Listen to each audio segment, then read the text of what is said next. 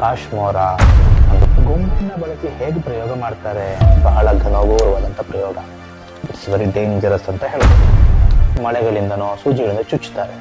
ಈ ರೀತಿಯಾಗಿ ಅದನ್ನು ಹಿಂಸಿಸ್ತಾ ಹೋಗ್ತಾರೆ. ಟೋಟಲ್ ರಿಪೋರ್ಟ್ಸ್ನ ತೆಗೆದು ಎಲ್ಲ ನಾರ್ಮಲ್ ಇರುತ್ತೆ, ಆದ್ರೂ ಸಹ ಮನುಷ್ಯನ ದೇಹದಲ್ಲಿ ಏನೋ ಒಂದು ಸಮಸ್ಯೆ ಆಗ್ತಾ ಇರುತ್ತೆ. ಆ ಸಮಸ್ಯೆ ಬಗ್ಗೆ ನನಗೆ ಗೊತ್ತಾಗ್ತಾ ಇರೋದಿಲ್ಲ.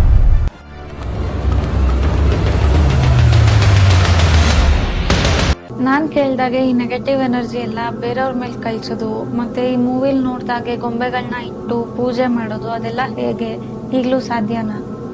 ಈ ಗೊಂಬೆಗಳನ್ನ ನಾವು ಅದನ್ನ ಶೇಷಗಳು ಅಂತ ಕರಿತೀವಿ. ಶೇಷಗಳು ಅಂದ್ರೆ ಗೊಂಬೆಗಳು ಅಂತ. ನೀವು ಹೇಳಿದಾಗೆ ಗೊಂಬೆಗಳನ್ನ ಇಟ್ಟು ಮಾಡುವ ಈ ಒಂದು ಪ್ರಯೋಗವನ್ನ ನಾವು ಕಾಶ್ಮೋರ ಅಂತೇಳಿ ಕರಿತೀವಿ. ಇದನ್ನ ಮಾಡುವಂತಹ ಪಂಡಿತೋತ್ತಮರು ಈಗ ಬಹಳ ಕಡಿಮೆ ಇದ್ದಾರೆ. ಒಂದು ಜನ ಯಾರು ಇಲ್ಲ ಅಂತ ನನ್ನ ಭಾವನೆ. ನಿಮ್ಗೆ ಗೊತ್ತಿಲ್ಲ, ಇರಬಹುದೇನೋ. ಆದ್ರೆ ಈ ಕಾಶ್ಮೋರ ಪ್ರಯೋಗ ಅನ್ನುವಂಥದ್ದೇನಿದೆಯೋ ಇದು ಬಹಳ ಘನಘೋರವಾದಂಥ ಪ್ರಯೋಗದಲ್ಲಿ ಬಹಳ ಘನಘೋರವಾದಂಥ ಪ್ರಯೋಗ. ಇಟ್ಸ್ ವೆರಿ ಡೇಂಜರಸ್ ಅಂತ ಹೇಳ್ಬೋದು. ಈ ಡೇಂಜರಸ್ ಪ್ರಯೋಗ ಏನಿದೆಯೋ ಇದನ್ನ ಎಲ್ಲರ ಕೆಲವು ಮಾಡ್ಲಿಕ್ಕೆ ಸಾಧ್ಯ ಇಲ್ಲ.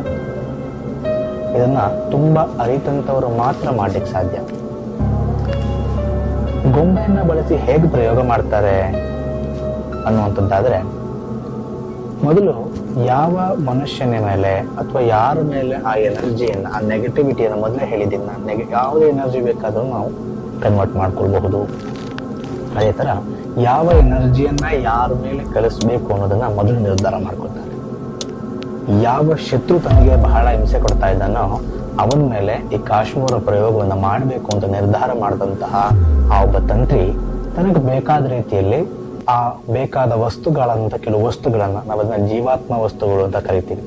ಒಬ್ಬ ಮನುಷ್ಯನ ಜೀವಾತ್ಮ ವಸ್ತುಗಳನ್ನ ಕಲೆ ಹಾಕ್ತಾನೆ, ಅಂದ್ರೆ ಕಲೆಕ್ಟ್ ಮಾಡ್ತಾನೆ. ಆ ವಿಷಯ ಯಾವ್ಯಾವುದು ಅಂತೇಳೆಲ್ಲ ಡಿಸ್ಕ್ಲೋಸ್ ಮಾಡ್ಲಿಕ್ಕೆ ಆಗಲ್ಲ, ಯಾಕಂದ್ರೆ ಎಲ್ಲದರಲ್ಲೂ ಕೆಲವು ರಹಸ್ಯಗಳಿರ್ತವೆ. ಅದೇ ರೀತಿಯಾಗಿ ಇದರಲ್ಲೂ ಕೆಲವು ರಹಸ್ಯಗಳಿದ್ದಾವೆ. ಅದೇ ರೀತಿಯಾಗಿ ಯಾವ ವಸ್ತುಗಳನ್ನ ಬೇಕು ಮೊದಲು ಅದನ್ನ ಕಲೆಕ್ಟ್ ಮಾಡ್ಕೊಳ್ತಾನೆ. ಆ ಜೀವಾತ್ಮ ವಸ್ತುಗಳನ್ನ ಕಲೆಕ್ಟ್ ಮಾಡ್ಕೊಂಡ ನಂತರದಲ್ಲಿ ತಾಂತ್ರಿಕನಾದವನು ಘೋರವಾದ ಪ್ರಯೋಗವನ್ನ ಪ್ರಾರಂಭ ಮಾಡ್ತಾನೆ. ಇದನ್ನ 48 ದಿನಗಳ ಕಾಲ ಈ ಪ್ರಯೋಗವನ್ನ, ಮೊದಲನೇ ದಿವಸದಿಂದ 48 ದಿನಗಳ ಕಾಲ ಈ ಪ್ರಯೋಗವನ್ನ ಮಾಡ್ತಾರೆ. ಪ್ರತಿ ದಿನದಲ್ಲೂ ಸಹ ತನಗೆ ಯಾವ ವ್ಯಕ್ತಿಯ ಮೇಲೆ ಪ್ರಯೋಗ ಮಾಡಬೇಕು ಅನ್ಕೊಂಡಿರ್ತಾನೋ ಆ ವ್ಯಕ್ತಿಯ ಮೇಲೆ ಡೇ ಬೈ ಡೇ ಆ ಪ್ರಯೋಗವನ್ನ ಹಂತ ಹಂತವಾಗಿ ದಿನನಿತ್ಯವೂ ಒಂದೊಂದು ರೀತಿಯಲ್ಲಿ ಪ್ರಯೋಗ ಮಾಡ್ತಾ ಹೋಗ್ತಾನೆ. ಈ 48 ದಿನ ಆ ಯಾವ ಶತ್ರುವಿನ ಜೀವಾತ್ಮ ವಸ್ತುಗಳನ್ನ ತಂದಿರ್ತಾನೋ ಆ ವಸ್ತುವನ್ನೆಲ್ಲ ಬಳಸಿ ಒಂದು ಶೇಷ ಅಂದ್ರೆ ಒಂದು ಗೊಂಬೆಯನ್ನ ರೆಡಿ ಮಾಡ್ತಾನೆ. ಈ ಗೊಂಬೆಗೆ ಹೊಳೆಯ ಎಡ ಮತ್ತೆ ಬಲೆದಂಡೆಯ ಮಣ್ಣು, ಹುತ್ತದ ಮಣ್ಣು ಮತ್ತೆ ಆ ಒಂದು ವ್ಯಕ್ತಿಯ ಜೀವಾತ್ಮ ವಸ್ತುಗಳು ಇವನ್ನೆಲ್ಲವನ್ನ ಬಳಸಿ ಒಂದು ಶೇಷವನ್ನು ರೆಡಿ ಮಾಡ್ತಾನೆ. ಇದನ್ನು ರೆಡಿ ಮಾಡಿದ ನಂತರದಲ್ಲಿ 48 ದಿನಗಳ ಕಾಲ ಅದಕ್ಕೆ ಬೇರೆ ಬೇರೆ ವಿಧಾನದ ಪೂಜೆಗಳನ್ನ ಮಾಡ್ತಾ ಹೋಗ್ತಾರೆ. ಯಾವ ರೀತಿ ಪೂಜೆ ಅಂತಂದ್ರೆ, ನಿತ್ಯವೂ ಸಹ ಸರಿರಾತ್ರಿ ಮಧ್ಯರಾತ್ರಿ 12 ಗಂಟೆ ಸಮಯದಲ್ಲಿ ಆ ವಿಗ್ರಹಕ್ಕೆ, ಆ ಒಂದು ಗೊಂಬೆಗೆ ಶಕ್ತಿಯನ್ನ ಆವಾಹನೆ ಮಾಡ್ತಾ ಹೋಗ್ತಾರೆ. ಯಾವ ಶಕ್ತಿ ಅಂತಂದ್ರೆ, ಮೊದಲು 48 ದಿನಗಳಲ್ಲಿ ಮೊದಲು 11 ದಿನಗಳ ಕಾಲ ಯಾವ ವ್ಯಕ್ತಿಯನ್ನ ನಾವು ದ್ವೇಷಿಸ್ತಾ ಇರ್ತಾನೋ, ಯಾವ ವ್ಯಕ್ತಿಯನ್ನ ಆ ವಿದ್ವಾಂಸ ಅನ್ನುವಂಥವನು ಅಥವಾ ಶತ್ರುತ್ವವನ್ನು ಕಾರ್ತಾ ಇರ್ತಾನೋ ಅವನನ್ನು ಆವಾಹನೆ ಮಾಡ್ತಾ ಹೋಗ್ತಾರೆ. ಈ 48 ದಿನಗಳು ಕೂಡ ಆ 48ರಲ್ಲಿ 11 ದಿನಗಳಲ್ಲಿ ಆ ವ್ಯಕ್ತಿಯನ್ನ, ಆ ವ್ಯಕ್ತಿಯ ಚೈತನ್ಯ, ಅಂದ್ರೆ ನೀವು ರಾತ್ರಿ ಹೊತ್ತು ಮಲಗಿರ್ಬೇಕಾದ್ರೆ ಏನಾಗುತ್ತೆ ಅಂತ ನಿಮಗೆ ಗೊತ್ತಿಲ್ಲ. ಎನಿವನ್ ಯಾರಿಗೂ ಸಮೇತ ರಾತ್ರಿ ಮಲಗದಂತ ಸಮಯದಲ್ಲಿ ಏನಾಗುತ್ತೆ ಅಂತ ಗೊತ್ತಿರಲ್ಲ. ಹಾಗಾಗಿ ಮಧ್ಯರಾತ್ರಿ 12ರಿಂದ 1 ಗಂಟೆಯ ಕಾಲ ನಮ್ಮ ಆಡುಭಾಷೆಯಲ್ಲಿ ಕಲ್ಲು ನೀರು ಕರಗೋ ಹೊತ್ತು ಅಂತ ಕರೀತಾರೆ. ಆ ಟೈಮ್ನಲ್ಲಿ ಆ ಗೊಂಬೆಯನ್ನ ಅಥವಾ ಚೈತನ್ಯ ಮೀನ್ಸ್ ಯಾವ ಶತ್ರು ಇರ್ತಾನೋ ಆ ಶತ್ರುವಿನ ಚೈತನ್ಯವನ್ನ, ಅಂದ್ರೆ ಆತ್ಮವನ್ನ, ಆ ಒಂದು ಚೈತನ್ಯವನ್ನ ಸ್ವಲ್ಪ ಮಟ್ಟಿಗೆ ಆಕರ್ಷಣೆ ಮಾಡ್ತಾ ಹೋಗ್ತಾನೆ ಈ ಒಂದು ಶೇಷದ ಮೇಲೆ. ಡೇ ಬೈ ಡೇ 11 ದಿನ ಮೊದಲು ಅದನ್ನ ಆವಾಹನೆ ಮಾಡಿದ ನಂತರದಲ್ಲಿ ನೆಕ್ಸ್ಟ್ ಸ್ಟೆಪ್, ಅದಕ್ಕೆ ಮೊದಲು 11 ದಿನ ಆವಾಹನೆ ಆಗುತ್ತೆ. ಎರಡನೇ ದಿನ ಕೆಲ ಮೂಲಿಕೆಗಳನ್ನ ಹೋಮಗಳ ಮೂಲಕವಾಗಿ ಅದಕ್ಕೆ ನೆಗೆಟಿವಿಟಿಯನ್ನ ಬರ್ಲಿಕ್ಕೆ ಜಾಗ ಮಾಡ್ತಾ ಹೋಗ್ತಾನೆ. ಅಲ್ಲಿಗೆ 22 ದಿನ ಆಯ್ತು. ಮೊದಲು 11 ದಿನ ಆವಾಹನೆ ಮಾಡಿದ್ರೆ ಎರಡನೇ 11 ದಿನ ನೆಗೆಟಿವಿಟಿಗಳನ್ನ ಆವಾಹನೆ ಮಾಡಲಿಕ್ಕೆ ಪ್ರಾರಂಭ ಮಾಡ್ತಾನೆ. ಇನ್ನು ನೆಕ್ಸ್ಟ್ 11 ದಿನ ಅಂದ್ರೆ 36 ದಿನ, 36ನೇ ದಿನ ಸೆಕೆಂಡ್ 3ನೇ ಟರ್ಮ್ ಅಲ್ಲಿ ಆ ಒಂದು ದೇಹಕ್ಕೆ ನಿತ್ಯವೂ ಸಹ ಬಲಿಯನ್ನ ಮಾಡ್ತಾ ಹೋಗ್ತಾನೆ, ರಕ್ತ ಬಲಿಯನ್ನ ಮಾಡ್ತಾ ಹೋಗ್ತಾನೆ. ಇನ್ನ ಉಳಿದಂತ ನೆಕ್ಸ್ಟ್ 11 ದಿನ ಅಂತಂದ್ರೆ 47 ದಿನ ಆಗ್ತದೆ. ಈ 47 ದಿನ ತನಕನೂ ಸಹ ನೆಕ್ಸ್ಟ್ 47 ದಿನದಲ್ಲಿ 4th ಟರ್ಮ್ ಅಲ್ಲಿ ಆ ವಿಗ್ರಹಕ್ಕೆ ನೆಗೆಟಿವಿಟಿಯನ್ನ ಅಂದ್ರೆ ಋಣಾತ್ಮಕ ಶಕ್ತಿಯನ್ನ ಅದಕ್ಕೆ ಇನ್ಪುಟ್ ಮಾಡ್ತಾ ಹೋಗ್ತಾನೆ. ತಾನು ಸಾಧಿಸಿದಂತ ಶಕ್ತಿಗಳನ್ನ ಅವನ ಮೇಲೆ ಪ್ರಯೋಗಿಸ್ತಾ ಹೋಗ್ತಾನೆ. ಆಗ ಆ ವ್ಯಕ್ತಿಯ ಮೇಲೆ ಈ ಪ್ರಯೋಗ ಅನ್ನುವಂಥದ್ದು ಆಗ್ತಾ ಹೋಗ್ತದೆ. ಈ ರೀತಿಯಾಗಿ ಆ ಒಂದು ಶಕ್ತಿಯನ್ನ ಒಬ್ಬ ಮನುಷ್ಯನ ಮೇಲೆ ಋಣಾತ್ಮಕ ಶಕ್ತಿಯನ್ನ ಪ್ರಯೋಗಿಸ್ತಾನೆ. ಇದನ್ನ ಕಾಶ್ಮೋರ ಅಂತೇಳಿ ನಾವು ಇದನ್ನ ಡಿಸ್ಕ್ಲೋಸ್ ಮಾಡ್ತಾ ಹೋಗ್ತೇವೆ. ಅದೇ ರೀತಿಯಾಗಿ ಆ ವಿಗ್ರಹಕ್ಕೆ ಆ ಒಂದು ಗೊಂಬೆಗೆ ನೆಕ್ಸ್ಟ್ ಅಲ್ಲಿ 48ನೇ ದಿನ ಒಂದು ವಿಭಿನ್ನವಾದ ಪಂಚೋಪಚಾರ ಪೂಜೆಯನ್ನ ಮಾಡಿ, ಪಂಚಬಲಿ ಪೂಜೆಯನ್ನ ಮಾಡಿ, ಪಂಚಮಕಾರ ಪೂಜೆಗಳನ್ನೆಲ್ಲ ಮಾಡಿ ಅದಕ್ಕೆ ಆ ಒಂದು ಗೊಂಬೆಗೆ ತನಗೆ ಬೇಕಾದ ರೀತಿಯಲ್ಲಿ ಸಮಸ್ಯೆ ಮಾಡ್ತಾ ಹೋಗ್ತಾರೆ. ಕೆಲವುದನ್ನ ನೀರಲ್ಲಿ ಮುಳುಗಿಸ್ತಾರೆ, ಕೆಲವುದನ್ನ ಕೊಳತ ವಸ್ತುಗಳ ಜೊತೆ ಹಾಕ್ತಾರೆ, ಕೆಲವುದನ್ನ ತನಗೆ ಬೇಕಾದ ರೀತಿಯಲ್ಲಿ ಮಳೆಗಳಿಂದನೋ ಸೂಜಿಗಳಿಂದ ಚುಚ್ಚುತ್ತಾರೆ. ಈ ರೀತಿಯಾಗಿ ಅದನ್ನ ಹಿಂಸಿಸ್ತಾ ಹೋಗ್ತಾರೆ. ಇದನ್ನ ಯಾರ ಮೇಲೆ ಯಾರು ಬೇಕಾದ್ರೂ ಮಾಡಬಹುದಾ? ನಾನು ಮೊದಲೇ ಹೇಳಿದಾಗೆ ಯಾರ ಮೇಲೆ ಬೇಕಾದ್ರೂ ಮಾಡಬಹುದಾ ಅನ್ನೋದಕ್ಕೆ ಉತ್ತರ, ಯಾವ ವ್ಯಕ್ತಿಯ ಮೇಲೆ ಈ ಕಾಶ್ಮೀರ ಪ್ರಯೋಗವನ್ನ ಶತ್ರುತ್ವದಲ್ಲಿ ಮಾಡಬೇಕು ಅನ್ಕೊಂಡಿರ್ತಾರೋ ಅವರ ಮೂಲ ವಸ್ತುಗಳನ್ನ ಮೊದಲು ಕಲೆ ಹಾಕಬೇಕಾಗಿರುತ್ತೆ. ಅದಾದ ನಂತರದಲ್ಲಿ ಆ ವ್ಯಕ್ತಿಯ ಮೇಲೆ ಹಂತವಾಗಿ ಪ್ರಯೋಗ ಮಾಡ್ತಾ ಹೋಗ್ತಾರೆ. ಈ ಪ್ರಯೋಗವೆಲ್ಲೂ ಸಹ ಆ ಶತ್ರುತ್ವದ ವ್ಯಕ್ತಿಗೆ ತಟ್ಟಬೇಕು ಅಂತಂದಾಗ ಮೊದಲು ಆ ವ್ಯಕ್ತಿಯ ಗ್ರಹಗತಿಗಳು ವೀಕ್ ಇರಬೇಕು. ರಾಹು, ಕೇತು, ಕುಜ, ಶನಿ ಈ 4 ಗ್ರಹಗಳು ನೀಚ ಸ್ಥಾನದಲ್ಲಿ ಅಥವಾ ಸಂಧಿ ಕಾಲದಲ್ಲಿ ಇರಬೇಕು. ಹಾಗಿದ್ದಾಗ ಮಾತ್ರ ಮನುಷ್ಯನ ಮೇಲೆ ಯಾವುದೇ ರೀತಿಯಾದ ಪ್ರಯೋಗಗಳು ವರ್ಕ್ ಆಗಕ್ಕೆ ಸಾಧ್ಯ. ಇದು ಯಾರು ಬೇಕಾದ್ರೂ ಮಾಡಬಹುದಾ ಅನ್ನೋದಕ್ಕೆ ಉತ್ತರ ಆದ್ರೆ, ಯಾರು ಬೇಕಾದ್ರೂ ಮಾಡಬಹುದಾ ಅನ್ಲಿಕ್ಕೆ ಖಂಡಿತವಾಗ್ಲೂ ಸಾಧ್ಯ ಇಲ್ಲ.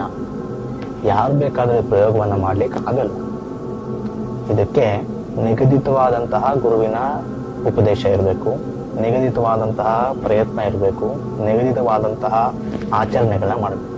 ಸ್ವಲ್ಪ ಯಾಮಾರೋದು ಸಹ ಖಂಡಿತವಾಗ್ಲೂ ಪ್ರಯೋಗಕರ್ತ ಅಂತಂದ್ರೆ ಪ್ರಯೋಗ ಮಾಡುವಂಥವನು, ಪ್ರಯೋಗಧಾರ ಅಂತಂದ್ರೆ ಪ್ರಯೋಗವನ್ನ ಮಾಡಿಸುವಂಥವನು ಅಂತೇಳಿ ಇಬ್ಬರಿಗೂ ಸಮಸ್ಯೆ ಆಗುತ್ತೆ. ಮೂಲವಾಗಿ ಪ್ರಯೋಗಕರ್ತನಿಗೆ ತುಂಬಾ ದೊಡ್ಡ ಎಫೆಕ್ಟ್ ಅನ್ನ ಬೀಳಬೇಕಾಗುತ್ತೆ. ಮುಖ್ಯವಾಗಿ ಈಗ ಸದ್ಯಕ್ಕೆ ಈ ತರ ದೊಡ್ಡ ಪ್ರಯೋಗವನ್ನು ಮಾಡೋರು ಬಹಳ ಕಡಿಮೆ ಜನ ಇದ್ದಾರೆ. ಹಾಗಾಗಿ ಈ ಪ್ರಯೋಗವನ್ನ ಎಲ್ಲರ ಕೈಲೂ ಮಾಡ್ಲಿಕ್ಕೆ ಸಾಧ್ಯ ಇಲ್ಲ. ಎಷ್ಟು ಹೌದೋ ಎಲ್ಲರ ಕೈಲೂ ಮಾಡಿ ತಟ್ಟೋದಕ್ಕೂ ಯಾವುದೇ ರೀತಿಯಾದಂತಹ ಕೆಲವು ನಿಬಂಧನೆಗಳನ್ನ ಕಾರ್ಯಗಳನ್ನ ನಿರ್ವಹಿಸಿದ್ರೆ ಮಾತ್ರ ನಾನು ಹೇಳಿದ ರೀತಿಯಾಗಿ ಕೆಲವು ಮೂಲ ಪ್ರಯೋಗಗಳನ್ನ ಮಾಡಬೇಕಾಗ್ತದೆ. ಅದಕ್ಕೆ ಬೇದಂತ ಮಂತ್ರೋಪದೇಶಗಳನ್ನ ತಗೊಂಡಿರ್ಬೇಕಾಗತ್ತೆ.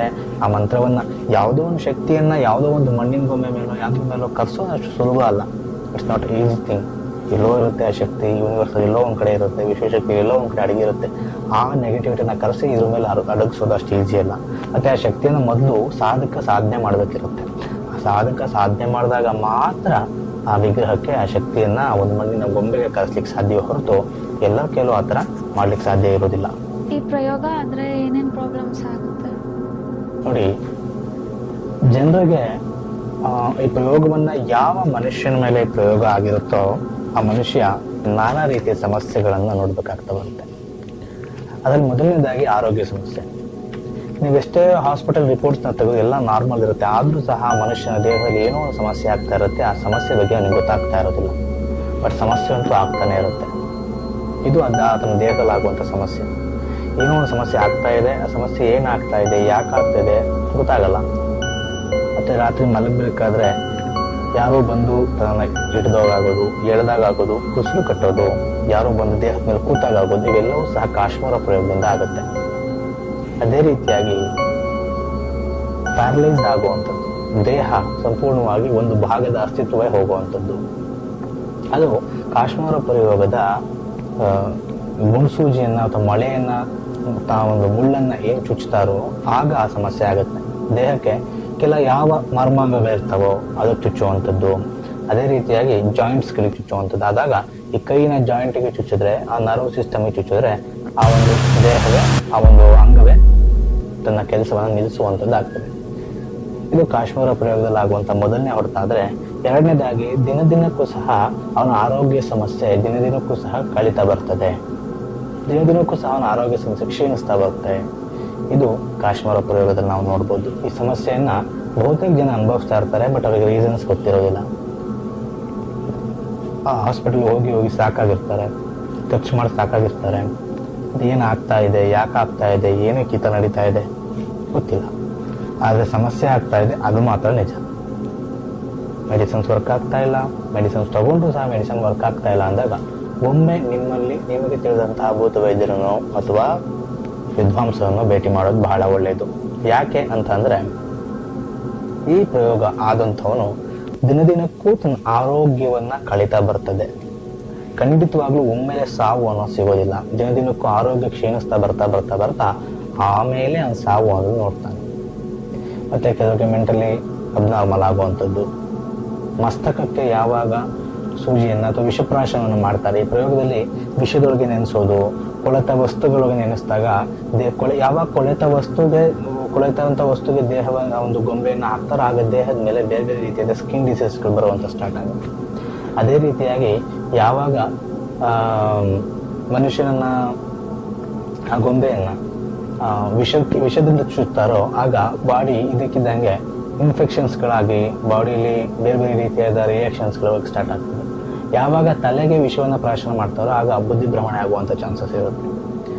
ಹಾಗೆ ಅದೇ ರೀತಿಯಾಗಿ ಇದ್ರ ಮೇಲೆ ಚುಚ್ಚೋದು, ಬೆಂಕಿಲಿ ಹಾಕ್ದಾಗ ಮೈಯೆಲ್ಲ ಬಬ್ಬೆ ಬರೋದು, ಉರಿಯೋದು, ಕೆಲವು ಸಮಸ್ಯೆ ಮೈ ಉರಿತಾ ಇರುತ್ತೆ, ಏನು ಅಂತ ಗೊತ್ತಾಗೋದಿಲ್ಲ. ಸೊ ಎಲ್ಲವೂ ಸಹ ಈ ಪ್ರಯೋಗಗಳಲ್ಲಿ ನಡೆದಿರುತ್ತೆ. ಕೆಲವರಿಗೆ ಈ ವಿಡಿಯೋ ನೋಡ್ತಾ ಇರ್ಬೇಕಾದ್ರೆ ನೀವು ಅನ್ಕೋತಾ ಇರ್ತೀರಿ, ಹೌದು ನಮ್ಮ ದೇಹದಲ್ಲಿ ಹೇಗೆ ಆಗ್ತಾ ಇದೆ ಅಂತೇಳಿ. ಖಂಡಿತವಾಗ್ಲೂ ಪ್ರಯೋಗ ಆಗಿರುತ್ತೆ ಅಂತ ಭಾವಿಸ್ಬೇಡಿ, ಒಮ್ಮೆ ಪ್ರಯತ್ನ ನೋಡಿ ಅಷ್ಟೇನೆ. ಯಾಕಂದ್ರೆ ಎಲ್ಲರ ಮೇಲೆ ಪ್ರಯೋಗ ಆಗಿರುತ್ತೆ ಅಂತಲ್ಲ. ಕೆಲವರಿಗೆ ವೈದ್ಯಕೀಯವಾದ ಸಮಸ್ಯೆಗಳಿರ್ತವೆ. ಎಲ್ಲವನ್ನೂ ಸಹ ಪ್ರಯೋಗದ ರೀತಿಯಲ್ಲಿ ಅಂತ ನೋಡೋದು ತಪ್ಪಾಗುತ್ತೆ. ಹಾಗಾಗಿ ನಮ್ಮಲ್ಲಿ ಆಗ್ತಾ ಇರುವಂತಹ ಸಮಸ್ಯೆಗಳನ್ನ ನಿಮ್ಮಲ್ಲಿ ತಿಳಿದಿರುವಂತವರಿಗೆ ಭೇಟಿ ಮಾಡಿ ನೋಡಿ. ಖಂಡಿತವಾಗ್ಲೂ ನಿಮಗೆ ಸೊಲ್ಯೂಷನ್ಸ್ ಅವರಿಂದನೋ ಅಥವಾ ಯಾರಿಂದನೋ, ತಿಳಿದವ್ರು ಇರ್ತಾರೆ, ಯಾರಿಂದನೋ ಸಿಗುತ್ತೆ ಅಂತ ಹೇಳ್ತಾ ನಮಸ್ಕಾರ.